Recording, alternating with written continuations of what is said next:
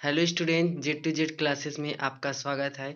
18 सितंबर को CG TET का पेपर फर्स्ट एवं पेपर सेकंड रखा गया था। उसमें से आज हम लोग पेपर फर्स्ट के मैथ्स पोर्शन का कंप्लीट हल देखेंगे सॉल्व के साथ। तो वीडियो को पूरा एंड तक आप लोग जरूर देखना। मैं यहाँ पे केवल आंसर नहीं बताऊंगा बल्कि उन्हें सॉल्व करके भी दिखाऊंगा, ताकि आप भी उन्हें आने वाले एग्जाम में अच्छे से सॉल्व कर सकें। किस टाइप के सवाल को किस टाइप से हल करते हैं ये सभी बताऊंगा इस वीडियो में। तो वीडियो को पूरा एंड तक जरूर देखना। तो ये केवल मैथ्स पोर्शन रहेगा, क्योंकि मैथ्स पोर्शन ही ऐसा होता है जिसे हल करके ही समझा जा सकता है। बाकी बाकी जैसे हिंदी है उसमें थ्योरी बेस्ड होता है, जैसे कि वहाँ पे एक डायरेक्ट आंसर होता है कि यही आएगा मतलब यही आएगा। और मैथ्स में क्या होता है, इसे सॉल्व करके ला सकते हैं जिससे हमें आंसर की पुष्टि हो सके कि यही इसका रियल आंसर है। जैसे हल करने पर आंसर नहीं आएगा तो वो इसका आंसर नहीं मिलेगा। तो आज के इस वीडियो में मैं पूरे मैथ्स पोर्शन को हल करूंगा। आप लोग कितने अंक तक स्कोर किए हैं इससे अच्छे से मिला लेना, और मैं जो भी बताऊंगा वो हल के साथ बताऊंगा, फिर आपको भी क्लियर हो जाएगा कि यही इसका रियल आंसर है। तो चलिए बिना देर किए ये वीडियो स्टार्ट कर लेते हैं। तो इसमें पेडागॉजी सेशन भी होते हैं। तो सबसे पहला क्वेश्चन दिख रहा है पेडागॉजी सेशन का, सीखना यानी रटना किस मॉडल का सूचक है। सीखना यानी रटना किस मॉडल का सूचक है। हम किस मॉडल में सीखना को रटना मानते हैं, रटना याद रख लो। तो हम किस मॉडल में सीखना को रटना मानते हैं, तो बैंकिंग मॉडल इसका रियल आंसर हो जाएगा। आप यदि पेडागॉजी पढ़े हो तो ये आपको पता होगा। तो 92 क्वेश्चन का option number B right answer है। आप इसमें किस में लगाए हो हमें कमेंट में बता सकते हो। नेक्स्ट क्वेश्चन देखते हैं। रोहित को अनुभव होता है कि वर्ग एक समचतुर्भुज और आयत दोनों हैं। यह चिंतन किस प्रकार से है। तो रोहित क्या करेगा, जो वर्ग एक समचतुर्भुज भी होता है और आयत भी होता है, यह दोनों किस चरण पर हैं। तो ये क्या विश्लेषण कर रहा है, इसका विश्लेषण कर रहा है क्या नहीं कर रहा है, निगमन कर रहा है क्या नहीं कर रहा है, पहचान कर रहा है क्या नहीं कर रहा है। तो इसका रियल आंसर हो जाएगा संबंध। इन दोनों में वो संबंध स्थापित करने की कोशिश करेगा। तो इसका real answer option number B हो जाएगा। नेक्स्ट क्वेश्चन देखते हैं।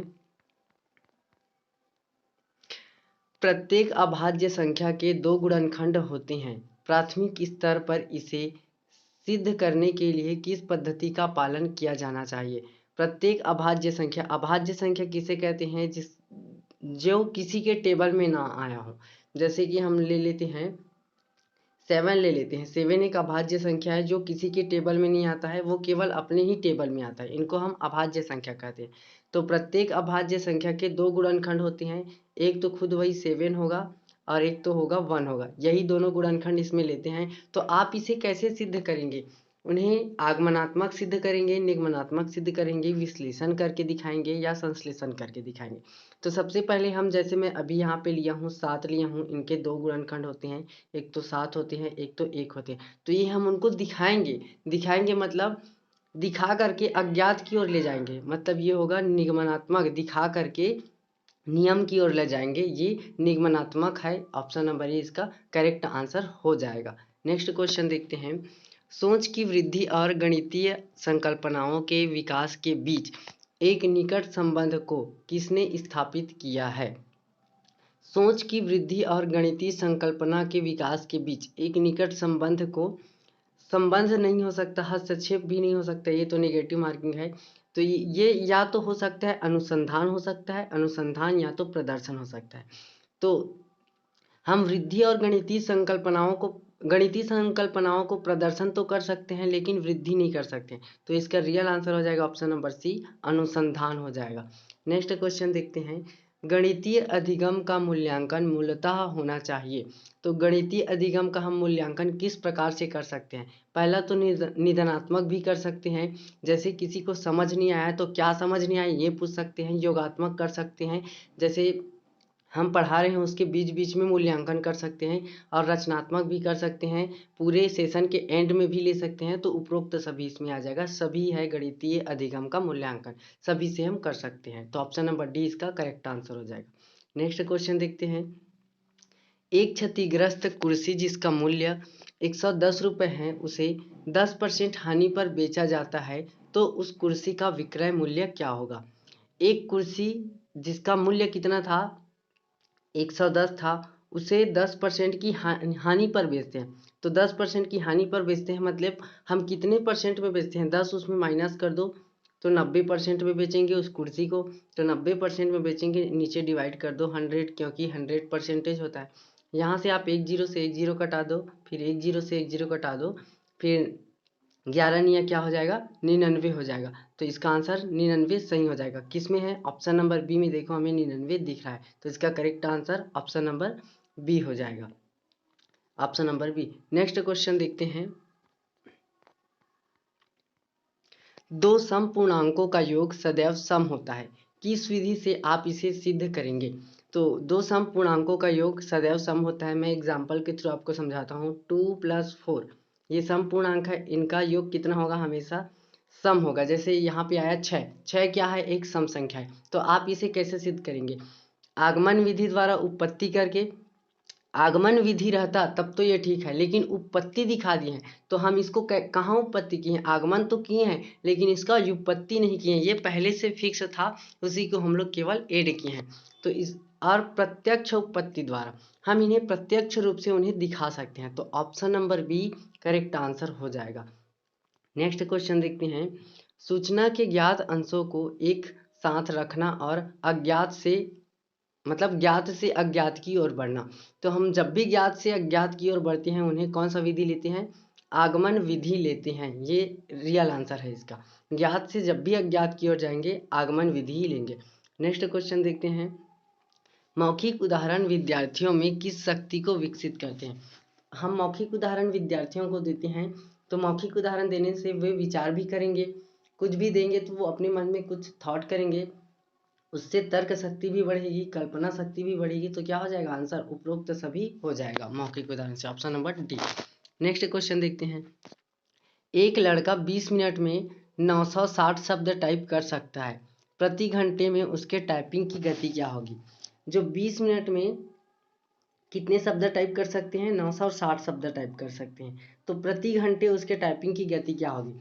तो 20 मिनट में कितने शब्द, आप ऐसा भी कर सकते हो, यहाँ पे लिख रहा हूँ 20 मिनट में कितने शब्द, 60 शब्द करते हैं। अब वो प्रति घंटा पूछा है तो एक घंटे में कितने मिनट होते हैं, 60 मिनट। तो 20 मिनट में 60 टाइपिंग कर नहीं नहीं, टाइपिंग ज़्यादा है, 960 करेंगे 20 में, ठीक है। 20 मिनट में 960 वर्ड टाइप करेगा, फिर से 20 मिनट में कितना टाइप करेगा, 960 टाइप करेगा, और से 20 मिनट में कितना टाइप करेगा, फिर से 960 टाइप करेगा, ठीक है।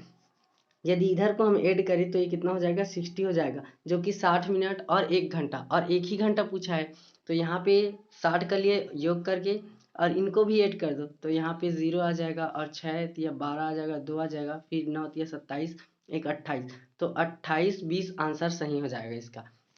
तो 2880 इसका सही आंसर हो जाएगा। ऑप्शन नंबर किस में दिख रहा है हमें, ऑप्शन नंबर ए में दिख रहा है, तो ऑप्शन नंबर ए के साथ चले जाएंगे तो इसका रियल आंसर हो जाएगा ऑप्शन नंबर ए हो जाएगा। तो आप इसको कैसे बनाएं, इसको बनाने की और विधि है, आप ऐसा भी कर सकते हो।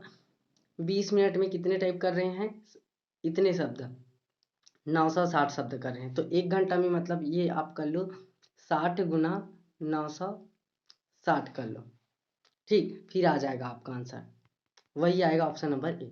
नेक्स्ट क्वेश्चन देखते हैं। यदि किसी बेलन की त्रिज्या आर और ऊंचाई क्रमशः मतलब बेलन की त्रिज्या और ऊंचाई क्रमशः दे दिए हैं आर और एच, तो बेलन का आयतन क्या होगा। अब इसे आप नहीं बनाए होंगे तो आपके लिए ये पाप है, क्योंकि ये इतना इजी क्वेश्चन पूछा है, केवल हमको बेलन का वॉल्यूम ही बताना है, आयतन ही बताना है। आर त्रिज्या है, एच ऊंचाई है, तो बेलन का आयतन क्या होता है, पाई आर स्क्वायर एच होता है। ऑप्शन नंबर सी में ये करेक्ट दिख रहा है, तो ऑप्शन नंबर सी इसका सही आंसर हो जाएगा। नेक्स्ट क्वेश्चन देखते हैं। 6 सेंटीमीटर गुणित 5 सेंटीमीटर माप के आकार के कागज के किनारे से 3.2 सेंटीमीटर माप का कागज का टुकड़ा काटा गया हो, तो बचे हुए कागज के टुकड़े का क्षेत्रफल क्या होगा। तो बचे हुए कागज के टुकड़ा का क्षेत्रफल पूछा है, तो क्षेत्रफल पूछा है तो सबसे पहले बड़े वाले क्या निकाल लेते हैं। तो बड़े वाला का कितना दिया था, 6, 5 और 6 दिए थे, तो 5 गुणित 6 कर लो, कितना हो जाएगा, 6 पंचे 30 हो जाएगा। और छोटा कागज का निकाल लो, छोटा कागज का कितना है, 2 और 3 है तो 2 और 3 कर लो, 3 दूनी कितना हो जाएगा, 6 हो जाएगा, 6 हो जाएगा। तो 30 में आप 6 माइनस कर लो तो कितना बचेगा, 24 बचेगा। 24 किस में दिख रहा है, ऑप्शन नंबर सी में दिख रहा है, तो इसका करेक्ट आंसर हो जाएगा।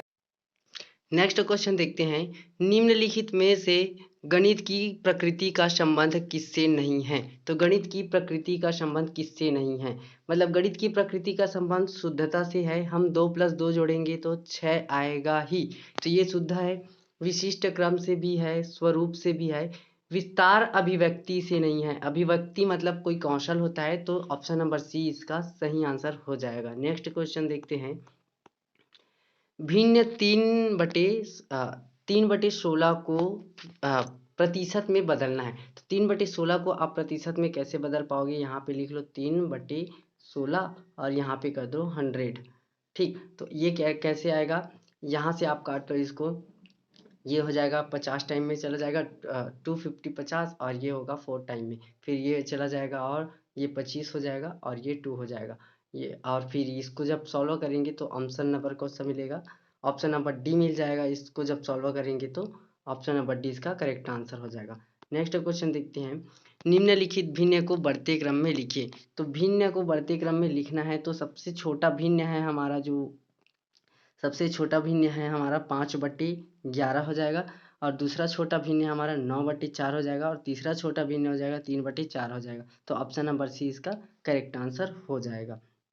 नेक्स्ट क्वेश्चन देखते हैं, यदि 18:13.5 समानुपात 16:x हो तो x का मान ज्ञात करना था। आप इसको इस प्रकार से जमा सकते हो, 18 अनुपात मतलब बटा कर लो, 13 कर लो, यहाँ पे 5 कर लो, फिर इक्वल कर लो, फिर 16/x कर लो, फिर इसका जब हम तिर्यक गुना करेंगे तो, और इसको जब सॉल्व करेंगे तो x का मान कितना आएगा, 12 आएगा। ऑप्शन नंबर बी में दिख रहा है, तो ऑप्शन नंबर बी इसका करेक्ट आंसर हो जाएगा। नेक्स्ट क्वेश्चन देखते हैं, गणितीय शिक्षण में सांप और सीढ़ी के खेल का उपयोग अत्यधिक उपयुक्त होगा, उस अवधारणा को विकसित करने के लिए जो संबंध है वो क्या होगा। तो जो सांप सीढ़ी खेलते हैं उसमें क्या दिखता है, क्या उनका मापन करते हैं, नहीं करते हैं, आकृतियां देखते हैं, नहीं देखते हैं, ज्यामिति करते हैं, नहीं करते, केवल उसमें संख्या लिखा होता है और संख्याओं को सिखाने के लिए सबसे उपयुक्त है। नेक्स्ट क्वेश्चन देख लेते हैं, 2 सही 3/4 भागित 1 सही 1/8 का मान क्या होगा। तो आप इसको इस प्रकार से हल कर लेते हैं, 2 सही मतलब 2 सही 3/4, 4 का गुणा आप 2 से कर लो, फिर 2 को 3 से ऐड कर दो, तो 4 दूनी 8, 8 3 11 बटे क्या हो जाएगा, 4 हो जाएगा। और डिवाइड को हम मल्टीप्लाई में करते हैं और इनको ऐड करते हैं, तो 8 1 9 हो जाएगा, फिर बटे में 8 है तो 8 ऊपर चला जाएगा, 9 नीचे आ जाएगा। ठीक है, तो 4 1 हम 4 दूनी हो जाएगा। ठीक, तो 11 दूनी कितना हो जाएगा, 22/9 हो जाएगा। ऑप्शन 22/9 किस ऑप्शन में दिख रहा है, ऑप्शन नंबर ए में दिख रहा है, तो इसका correct answer option number A हो जाएगा। आप इसमें कौन सा लगा क्या हो हमें बता सकते हो। नेक्स्ट क्वेश्चन देखते हैं, गेंद संतरा जैसे त्रिविमीय आकार की वस्तुओं का उपयोग करके गोलाई की अवधारणा का विकसित करना इस पहलू का उदाहरण है। तो हम गेंद संतरा को दिखा करके गोलाई की अवधारणाओं को विकसित कर सकते हैं, मतलब हम जब कभी भी कोई व्यक्ति को प्रत्यक्ष रूप से दिखाएंगे तो हमेशा मूर्त से अमूर्त की ओर आएगा। ऑप्शन नंबर सी इसका करेक्ट आंसर हो जाएगा। नेक्स्ट क्वेश्चन देखते हैं, 3 8 9 और x का औसत मान 6 है तो x का मान ज्ञात कीजिए। 3 8 9 और x का औसत मान कितना है, 6 है, तो x का मान ज्ञात कीजिए। तो यहाँ पे आप औसत का फॉर्मूला लगा देना, यहाँ पे लिख लेना 3 + 8 + 9 + x = 6 लिख लेना यहाँ पे, और अपॉन यहाँ पे 1 2 3 4 संख्या है तो यहाँ पे 4 लिख लो। फिर इसको जब त्रियक गुना करो उधर तो ये हो जाएगा, इनको ऐड कर लो, ये हो जाएगा 8 16 17, फिर 18 19 20 हो जाएगा, यहाँ पे 20 हो जाएगा, और इधर कितना हो जाएगा 20 + x हो जाएगा, और इधर हो जाएगा 6 चौक 24 हो जाएगा। जब 24 में हम 20 माइनस करेंगे तो कितना बचेगा, 4 बचेगा। तो ऑप्शन नंबर ए में इसका आंसर दिख रहा है, तो ऑप्शन नंबर ए करेक्ट हो जाएगा। ऑप्शन नंबर ए इसका करेक्ट आंसर हो जाएगा, x = 4 हो जाएगा। नेक्स्ट क्वेश्चन देख लेते हैं, आयतन और द्रव्यमान के बीच कुछ संबंध दिए हुए हैं। यहाँ पे हमको आयतन और द्रव्यमान के बीच कुछ संबंध दिया गया है, तो आपको इसमें से कौन सा जो सूत्र है वो सही होगा ये पूछा था। तो क्या होता है, घनत्व बराबर, घनत्व को हम डी से प्रेजेंट करेंगे, यहाँ पे दिया है तो डी बराबर द्रव्यमान बटे आयतन होता है। तो द्रव्यमान को यहाँ पे m दिया है और आयतन को v दिया है। जब इसका हम त्रियक गुणा करेंगे तो d क्रॉस v हो जाएगा और इक्वल टू क्या हो जाएगा, m हो जाएगा। तो ये ऑप्शन आपको किस में दिख रहा है, तो ऑप्शन नंबर ए में दिख रहा है, तो ऑप्शन नंबर ए इसका करेक्ट आंसर हो जाएगा। नेक्स्ट क्वेश्चन देखते हैं। एक घनाभ का आयतन ज्ञात कीजिए जिसकी लंबाई 14 सेंटीमीटर, चौड़ाई 12 सेंटीमीटर तथा ऊंचाई 8 सेंटीमीटर है। आयतन ज्ञात करना है। घनाभ का आयतन का सूत्र होता है L into B into H होता है, मतलब तीनों को एड मल्टीप्लाई कर दो, ठीक। तो कितना हो जाएगा, 14 क्रॉस 12 क्रॉस 8, इनका जब मल्टीप्लाई करेंगे तो ऑप्शन नंबर सी इसका सही हो जाएगा, नहीं ऑप्शन नंबर बी इसका करेक्ट आंसर हो जाएगा। आप मल्टीप्लाई करके इसको देख सकते हो। नेक्स्ट क्वेश्चन है, कौन सी अवधारणाएं अधिक अमूर्त है। अमूर्त मतलब हमको प्रत्यक्ष रूप में दिखाई नहीं देती, ठीक। तो ज्यामिति तो मूर्त है क्योंकि हम इनको देख के समझ सकते हैं, संख्याएं भी मूर्त होती है, देख के समझ सकते हैं, ठीक। लेकिन बीजगणित का जो प्रकृति है वो सबसे ज़्यादा अमूर्त होती है क्योंकि ये संख्याएं से बना होता है, तो संख्याएं का ये व्यापक रूप है, तो बीजगणित सबसे ज़्यादा अमूर्त होती है। नेक्स्ट क्वेश्चन देखते हैं। अंडर रूट 6.4009 का मान ज्ञात करना है। तो जैसे कि मैं आप 6 यहाँ पे दिया है, तो आप अंडर रूट 4 का मान कितना होता है, तो अंडर रूट 4 का मान होता है 2 होता है। फिर अंडर रूट होता है 9, अंडर रूट 9 आता है ना, इसके बाद 9 का मान कितना होता है, 3 होता है। तो हमें यहाँ पे 6 दिया हुआ है, तो 2 और 3 के बीच में उसका मान आना चाहिए। तो 2 और 3 के बीच में मान, तो ये तो 3 से बड़ा है, ये नहीं आएगा। ये तो 2 से छोटा है, ये भी नहीं आएगा। और यही है 2 और 3 के बीच का मान, तो ऑप्शन नंबर ए इसका करेक्ट आंसर हो जाएगा। नेक्स्ट क्वेश्चन देखते हैं। यदि दो संख्याओं का महत्तम समापवर्तक 15 है तथा उनका लघुत्तम समापवर्तक 300 है, तब एक संख्या 60 हो तो दूसरी संख्या ज्ञात कीजिए। इसको डायरेक्ट सूत्र मेथड से बना सकते हो। पहली संख्या गुणित दूसरी संख्या बराबर महत्तम समापवर्तक गुणित लघुत्तम समापवर्तक। पहली संख्या क्या था, पहली संख्या 60 था, एक संख्या 60 दी है और दूसरी संख्या नहीं पता, उनको x मान लो, ठीक है। महत्तम समापवर्तक कितना है, 15 है, और लघुत्तम समापवर्तक कितना है, 300 है, ठीक। आप इसको कटा दो, एक जीरो से एक जीरो कटा दो और इसको कटा दो, 6 एकम 6 पंचे 30 कटा दो, ठीक। 15 पंचे कितना हो जाएगा, 75 हो जाएगा। तो ऑप्शन नंबर किस में देखने को मिल रहा है, ऑप्शन नंबर सी में 75 देखने को मिल रहा है, करेक्ट आंसर हो जाएगा। नेक्स्ट क्वेश्चन देखते हैं। निम्नलिखित में से कौन सा संबंध सही है। तो ये संबंध था चाल बराबर दूरी बटे समय में। आप जानते हो चाल बराबर दूरी बटे समय का रियल सूत्र ऑप्शन नंबर बी ही है, तो ऑप्शन नंबर बी इसका करेक्ट हो जाएगा। नेक्स्ट क्वेश्चन देखते हैं। 450 रुपए की राशि के लिए साधारण ब्याज की दर से 4.5% प्रति वर्ष की दर से ब्याज के रूप में 81 रुपये प्राप्त करने के लिए कितना समय लगेगा, मतलब हमको टी ज्ञात करना है। तो आप साधारण ब्याज का सूत्र पता है आपको, तो यहाँ पे आप साधारण ब्याज कितना दिया है, 450 दिया है, ठीक है। मूलधन होता है, ठीक। ये यहाँ पे कुछ मिस्टेक हो रहा है। साधारण ब्याज कितना प्राप्त होगा, 81 रुपये, तो आप यहाँ पे 81 रख लो। मूलधन कितना दिया है, 450 दिया है। दर कितना दिया है, 4.5 दिया है। समय कितना दिया है नहीं पता, उसको टी मान लो। और अपान में क्या होता है, 100 कर लो, ठीक। इधर गुणा करो तो ये कितना हो जाएगा, 8100 हो जाएगा। और इधर गुणा करो तो ये 8100 हो जाएगा, और इधर हो जाएगा 450 गुणित 4.5 हो जाएगा। जब आप इसको हल करो तो ऑप्शन नंबर बी इसका करेक्ट आंसर आएगा। 4 वर्ष से समय निकलेगा। नेक्स्ट क्वेश्चन देखते हैं। किस मॉडल में चरण दर चरण सीखने को सीखना माना जाता है। तो चरण दर चरण हम किस मॉडल में सीखते हैं, जो प्रोग्रामिंग मॉडल होता है। जैसे कि स्टेप बाय स्टेप यदि बोलूँ, 2+4 ये होता है, 6 होता है। अब हम इसके बाद क्या सीखेंगे, 2 अंक का सीखेंगे, ये 2 अंकों का जोड़ना सीखेंगे, ठीक। फिर उसके बाद 3 अंकों का जोड़ना, ये चरण दर चरण सीख रहे हैं, तो ये प्रोग्रामिंग मॉडल आ जाएगा। ऑप्शन नंबर बी इसका करेक्ट आंसर हो जाएगा। Next question, in last question देख लेते हैं। निम्नलिखित में से क्या गणितीय शिक्षण के मूल्यांकन का आयाम नहीं है। गणितीय शिक्षण के मूल्यांकन का आयाम नहीं है। संचार से हम इनको कर सकते हैं, गणित के प्रति अरुचि आयाम नहीं है पूछ रहे हैं ना, तो निम्नलिखित में से क्या गणितीय शिक्षण के मूल्यांकन का आयाम नहीं है? ठीक, तो उनके अरुचि को भी जान सकते हैं, गणितीय तर्क शक्ति को भी जान सकते हैं, लेकिन स्वरूप एवं कार्य पद्धति इनका आयाम नहीं है। तो इसका आंसर हो जाएगा ऑप्शन नंबर बी हो जाएगा। आपके मैथ्स से कितने क्वेश्चन सही हुए हमें कमेंट बॉक्स में बता सकते हैं। यदि कोई क्वेश्चन और समझ नहीं आया हो तो मुझसे अच्छे से कमेंट करके पूछ सकते हो। अब मिलते हैं नेक्स्ट वीडियो में, तब तक के लिए बाय।